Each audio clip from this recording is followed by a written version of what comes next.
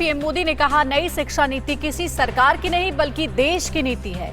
राहुल गांधी ने फिर कोरोना और अर्थव्यवस्था को लेकर मोदी सरकार को घेरा है। बीजेपी सांसद वीरेंद्र सिंह के विवादित बोल पर क्यों मचा है हंगामा? भारत के खिलाफ खालिस्तानी संगठन की साजिश डीकोड। देश की बड़ी खबरें न्यूज टॉप 9 राष्ट्र। नई शिक्षा नीति पर आयोजित राज्यपालों की कॉन्फ्रेंस में राष्ट्रपति रामनाथ कोविंद और प्रधानमंत्री नरेंद्र मोदी ने हिस्सा लिया। इस दौरान पीएम मोदी ने कहा कि नई शिक्षा नीति से युवाओं का ज्ञान और कौशल बढ़ेगा। देश में नई शिक्षा नीति को लेकर उसके लागू करने के तरीके पर संवाद हो रहा है। ये इसलिए जरूरी है क्योंकि इससे 21वीं सदी के भारत का निर्माण होना है। कोरोना वायरस संकट और गिर रही जीडीपी को लेकर कांग्रेस नेता राहुल गांधी लगातार केंद्र सरकार और प्रधानमंत्री नरेंद्र मोदी को घेरने में लगे हुए हैं। राहुल गांधी ने ट्वीट किया और लिखा कि मोदी सरकार देश को संकट में पहुंचाकर समाधान ढूंढने के बजाय शुतुरमुर्ग बन जाती है। हर गलत दौड़ में देश आगे है, कोरोना संक्रमण के आंकड़े हों या जीडीपी में गिरावट। बीजेपी सांसद सुब्रमण्यम स्वामी ने खुद ही अपनी पार्टी के आईटी सेल पर सवाल उठाए हैं। स्वामी ने कहा कि बीजेपी आईटी सेल से जुड़े कुछ लोग फेक आईडी के जरिए उन पर व्यक्तिगत हमला कर रहे हैं। स्वामी ने चेतावनी दी कि अगर उनके फैंस बीजेपी पर भड़के तो उनकी जिम्मेदारी नहीं होगी। स्वाभिमान पर संकट आ जाएंगे तो मैं किसी अपराधी की तलाश नहीं करूंगा, स्वयं ठोक दूंगा। उत्तर प्रदेश के भदोही में बीजेपी किसान मोर्चा के राष्ट्रीय अध्यक्ष और बलिया सांसद वीरेंद्र सिंह ने ये विवादास्पद बयान दिया है। दरअसल ज्ञानपुर के बाहुबली विधायक विजय मिश्रा ने जेल जाने से पहले आरोप लगाया था कि सांसद वीरेंद्र सिंह सहित कई ठाकुर नेता उनकी हत्या करना चाहते हैं, जिसका जवाब देते हुए वीरेंद्र सिंह ने ये बयान दिया।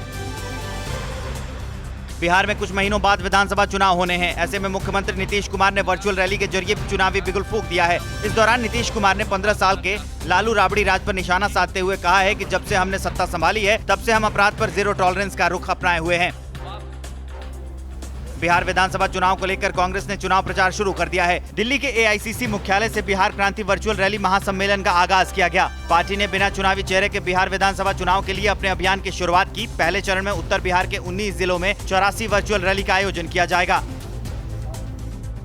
उत्तर प्रदेश में माफिया के खिलाफ कार्रवाई जारी है। प्रयागराज में यूपी के बाहुबली और पूर्व सांसद अतीक अहमद के अवैध कब्जे को तोड़ डाला गया। पौष इलाके सिविल लाइंस में अवैध ढंग से इस घर को बनाया गया था। नवाब यूसुफ रोड पर 600 वर्ग गज में ये घर बना था। इस दौरान बड़ी संख्या में पुलिस बल तैनात रहा।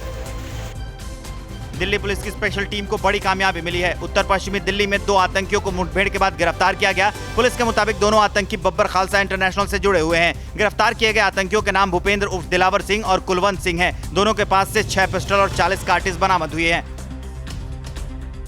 देश में कोरोना संक्रमण की रफ्तार और तेज हो गई है। ब्राजील को पीछे छोड़ते हुए भारत सबसे अधिक संक्रमितों वाला दुनिया का दूसरा देश बन गया है। देश में एक दिन में कोरोना की करीब 91,000 नए मामले सामने आए हैं और कुल संक्रमितों की संख्या 42 लाख को पार कर गई है। एक दिन में 1016 लोगों की मौत हुई है और कुल मृतकों की संख्या 71,500 से ज्यादा हो गई है।